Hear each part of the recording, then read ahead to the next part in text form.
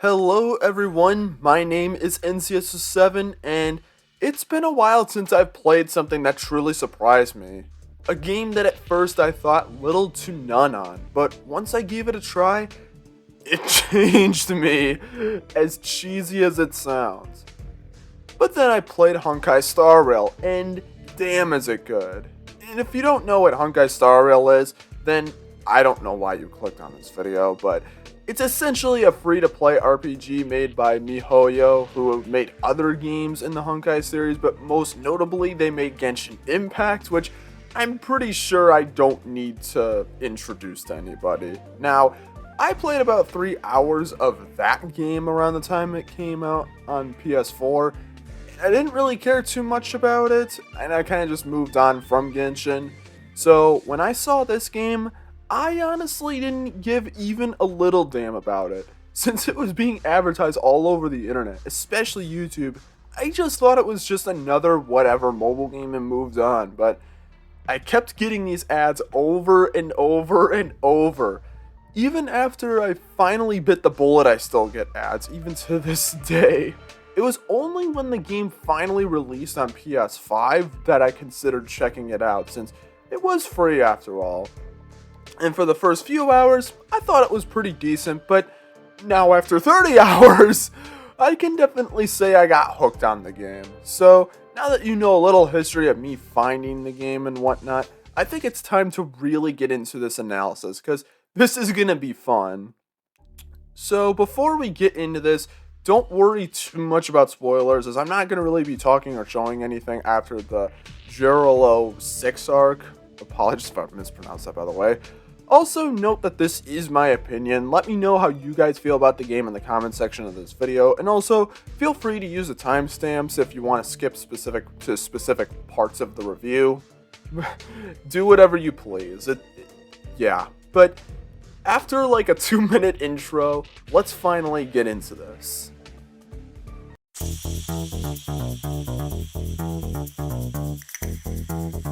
This is probably the best place to start, as just look at the game. The ads don't lie, the game looks really good. Right off the bat, you can tell that the environments and character designs are very similar to that of Genshin, which makes a lot of sense, though one thing I actually quite liked about Genshin was how it looked. In fact, it was probably my biggest positive about the game, and the same applies here. Every character design, at the very least, is solid, with many of them being very good.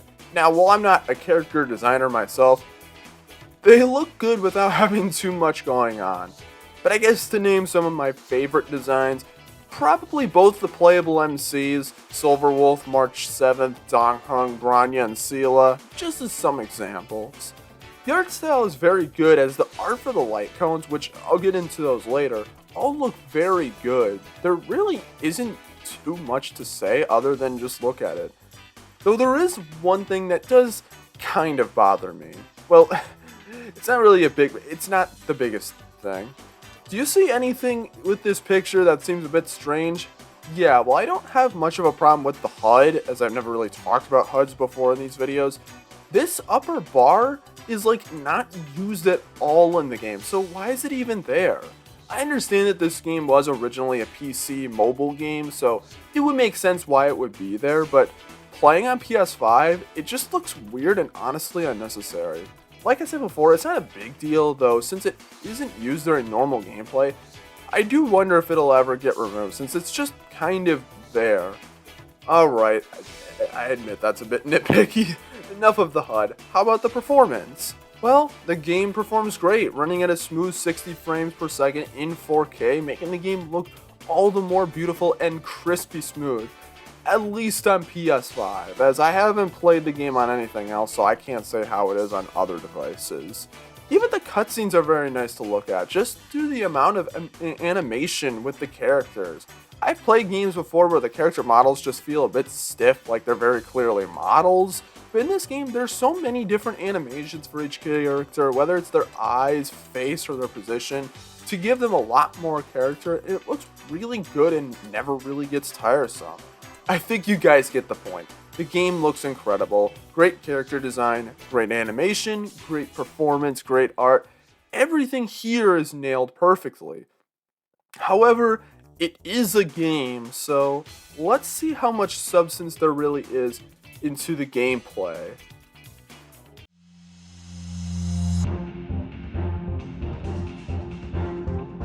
Moving on to the gameplay, I've gotta say, it's really good. Since this is an RPG, there's obviously a battle system, so I think it's the best place to start. And there's really not that much to say about it. It's your typical turn-based battle system, though there are some cool things that are in this game. For one, the skills that you can use that can either do damage or do other things like heal or boost your party.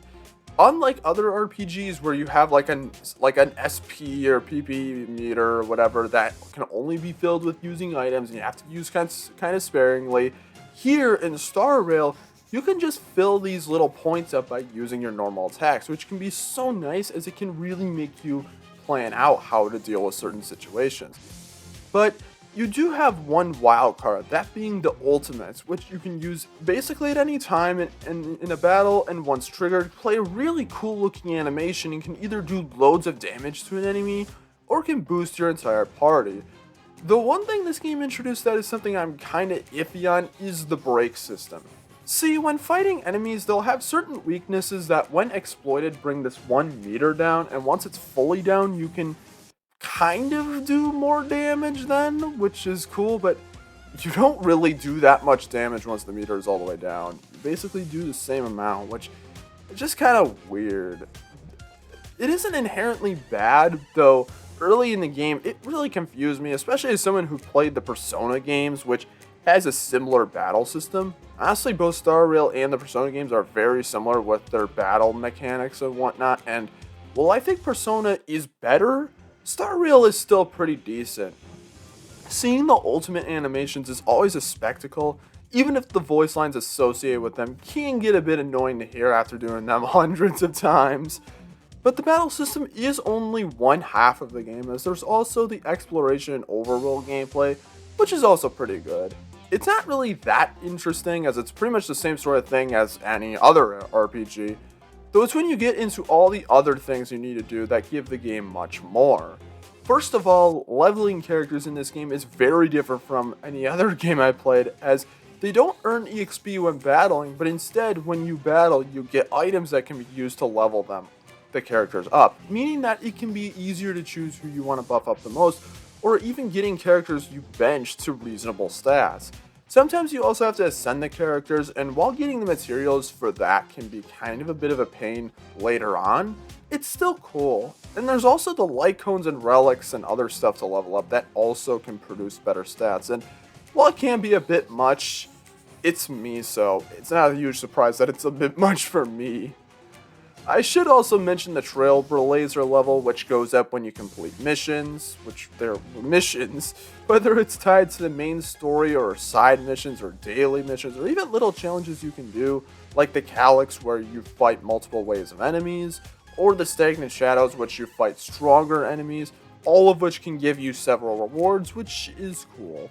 There's also several other elements that get you to play as well and give you other rewards as well, such as the Nameless Honor, which is basically this game's form of a battle pass, which gives you several rewards at every level, and the Interastral Guide, which can give you some small challenges to finish to gain some rewards.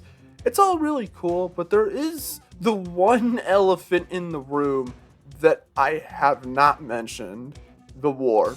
See, this game is free to play, so they had to come up with some way for people to spend money.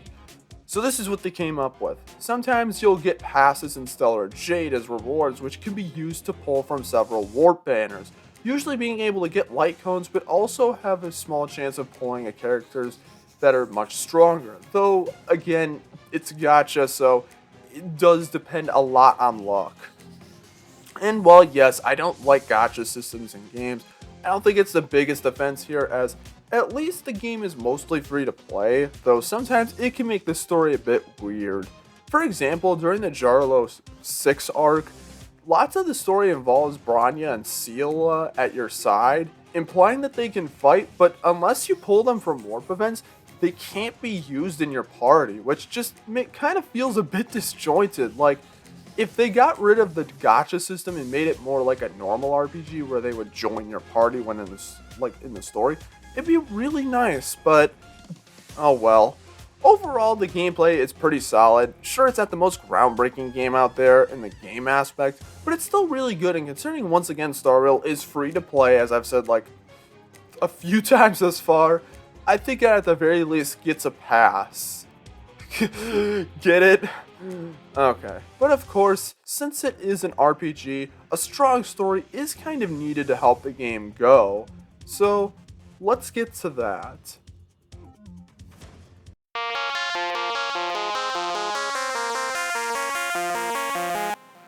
I won't take too long on this one, but I feel that the story for the game is pretty good.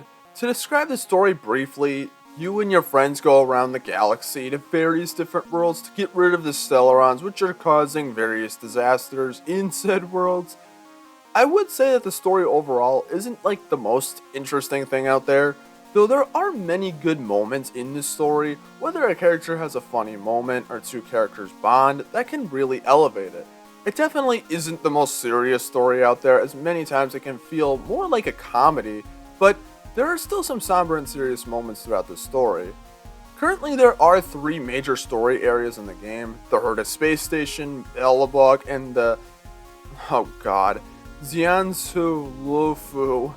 I'm really sorry if I butchered that.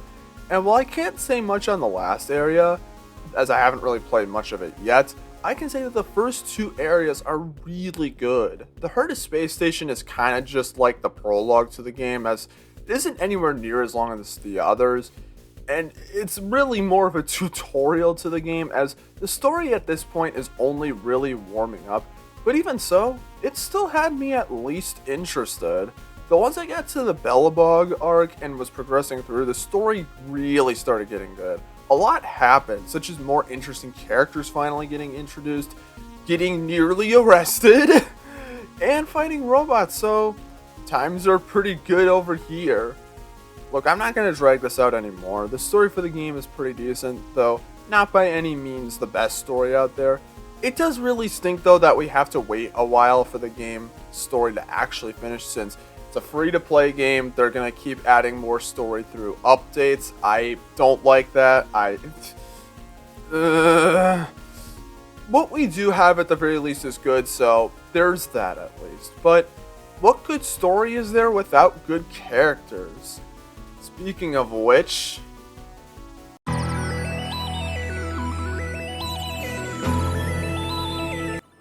to me, one of the most important aspects of any RPG I play are the characters.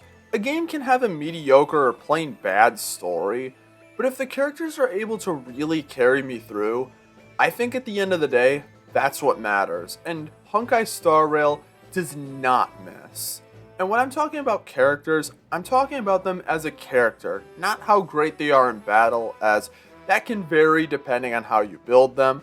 While yes, not every character is the best, there are a lot of really good ones. So, of course, let's talk about some of them, at least the most notable ones to me. Starting with the Trailblazers, or the MCs, and they are honestly pretty good. While they are just blank slates for the most part, there are at least a few times where they actually have voice dialogue. And I mean that outside of battle, quotes. Though weirdly, it's mostly content outside of the main story where they actually have voice lines, which is kind of weird. That's weird. I don't know. Overall, I do like their design, both of them, and they are fine. Though they are once again blank slates. So, yeah. Now moving on to probably the most well-known character in the game, March 7th, who's able to steal spots on the game's logo, which, good for her, because I love her. I get that she can be kind of annoying sometimes, but she's a lot of fun, and seeing her reactions every time you pick a silly answer are so good. While I like her personality, I do feel the lore around her is a bit lacking, and while yes, it's about her trying to find her true self, as we don't really know, as she kind of has amnesia, the fact that we may have to wait a long time until we actually get that answer is kind of annoying, but regardless, I still love March 7th. Now as for Dan Heng, He's okay. While I like his story and how he does progress within the story, I don't really have much to say on his personality, as it's just okay, though it does work really well when mixed in with the MC, and especially March 7th. Now, as for the two Stellaron hunters you find at the beginning of the game, Kafka and Silverwolf, they're fine. Kafka just doesn't really do anything for me, and Silverwolf, while I do like her design and some of her personality, that's kind of where it ends. Same way I feel about Herta. She's fine, but that's just kind of it. Now moving on to the Bellabog region, starting with Japard, and he's fine. I like his design and his personality isn't too bad, but he does end up just feeling like another good boy character, which, while they aren't bad by any means, they're just kind of bland. Now Branya, well, she's probably maybe the best character in the game for me. She has a great design, really good, nice, but serious personality, and also gets development throughout the arcs. Her arc, starting off as just following orders from a complete dictator, to then rebelling with the help of her allies and becoming the next Supreme Guardian. See, that's what I wish more characters in the game had. Plot development is, while I feel many characters in the game, I feel like they're just fixed and don't really have that much development, making Branya feel a lot more special. Then there's her partner Seela, who is also really good. Aside from being one of the best party members in the game, at least on my playthrough, she also has a great design and personality, being a bit of a tsundere, which are one of my favorite character archetypes, at least when done right, and Seela is done right. Her relationship with Branya, while memed on a lot, is still really good, and the cutscene where the two of them reminisce of their past is really, really good. Like, it's one of my favorite scenes in the game. Natasha is also really good, having a once again solid design and good story and personality. While I'm not the most crazy about her, she is still pretty good to have around, especially in battle, since she can heal you, and you don't have to necessarily pull her to get her. You get her when going through the story, which, yay. Finally, to round up the characters I'm talking about, Clara is fine. I like her relationship with Svarog, but that's kind of it. But she's still at least decent. Also wears some shoes. Yeah, I know it took a little to get through all of that, but it helps my point. I think the characters are really good in this game, and while yes, many aren't the most interesting and can be rather goofy at times, I think it's done really well here. I also need to give some massive props to the English voices, as overall, they're really good, so good job English voice actors, if you're watching this. And also, since I have no plans to do a tier list on the characters anytime soon, here's a tier list I threw together if you kind of want to have a better idea of how I'd rank them. So, yeah, I think the cast is pretty good, and you could probably see why I dedicated an entire segment to them instead of just lumping them with the story. But let's move on to the content of the game.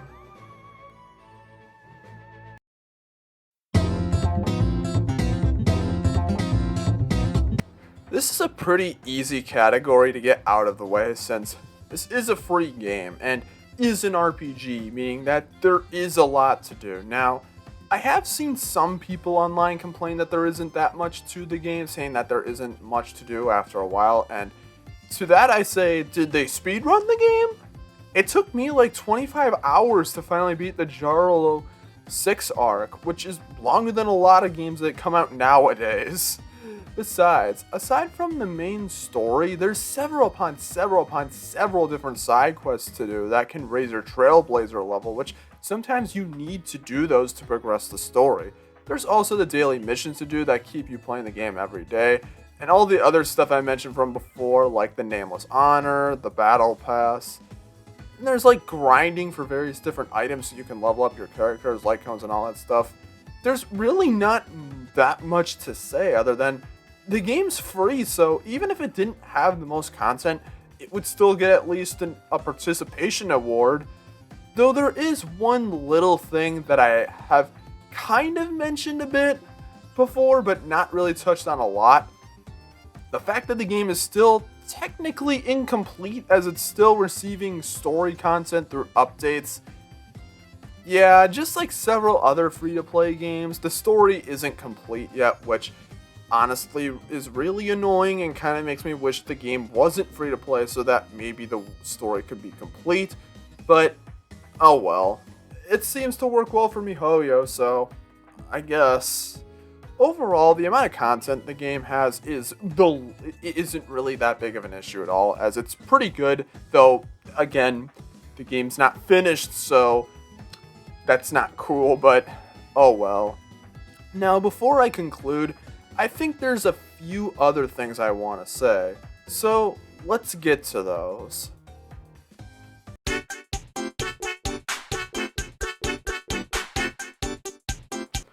Now to quickly get through a couple things that don't need to be their own section, starting off with the music. Now, I'm not using it this much in this video, but the soundtrack is really good.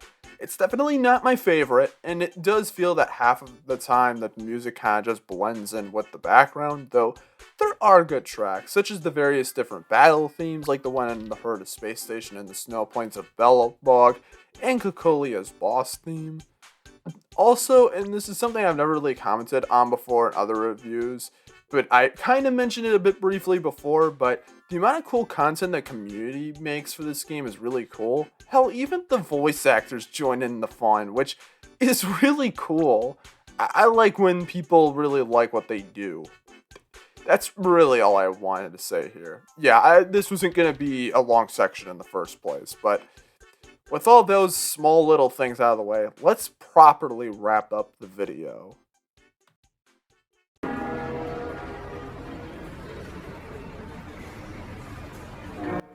We're finally at the end of the video, and I gotta say, Honkai Star Rail is not only one of my favorite RPGs out there, but also the biggest surprise of 2023 for me. While yes, there are several flaws, such as the annoying gacha system and the story still being incomplete, the game really delivered when it came to the visuals, story, gameplay, and the characters. Oh my god, the characters! I really recommend that you at least try the game, as, like I've said 3 million times, it is free to play, so there isn't much risk at all. And yeah, while this game might not be for everyone, still, I think it's worth giving it a shot. I think Honkai Star Rail is really good, and I'm very glad that I played it. So, I guess if there's one thing you take out of this video, try new things, because you never know what may surprise you. That's probably one of the smartest things to say. There's not really much else to say without repeating myself, so I guess I'll say March 7th and Bronya and Sela are really good, just alright, that's it for the video. I wanted this to be a bit longer, but oh well, it's at least 20 minutes, so whatever. I would have been dragging myself even more if I was doing that, but yeah, hopefully you guys enjoyed the video. Let me know in the comment section, once again, like I said at the beginning, what you guys think of this game, and if you guys have played it at all. And consider hitting the subscribe button and liking this video if you want to see more kind of videos like this. Also, please consider sharing this wherever you can, because I'd love to. I love that because it gets more people to watch my stuff, my alright stuff. But please, if there's anybody you know who likes Honkai and whatnot, share this video with them and see what they think. Because hey, it gets my stuff out there more, and I kind of already just said that. But yeah, there's not really much else to say. So I don't really know what's going to be happening coming up. I may or may not have an iceberg out sometime later this month. I don't actually know. We'll kind of just have to see. But hopefully you guys look forward to that. Hopefully you guys are just having a good holidays and whatnot, because this is coming out near the holidays. So alright, I'm done. Thank you guys for watching the video. Again, consider hitting the like button and subscribe if you want to see more. Share the video so that way more people can see this. And yeah, so I will see you guys next time. Peace out and take care. Peace.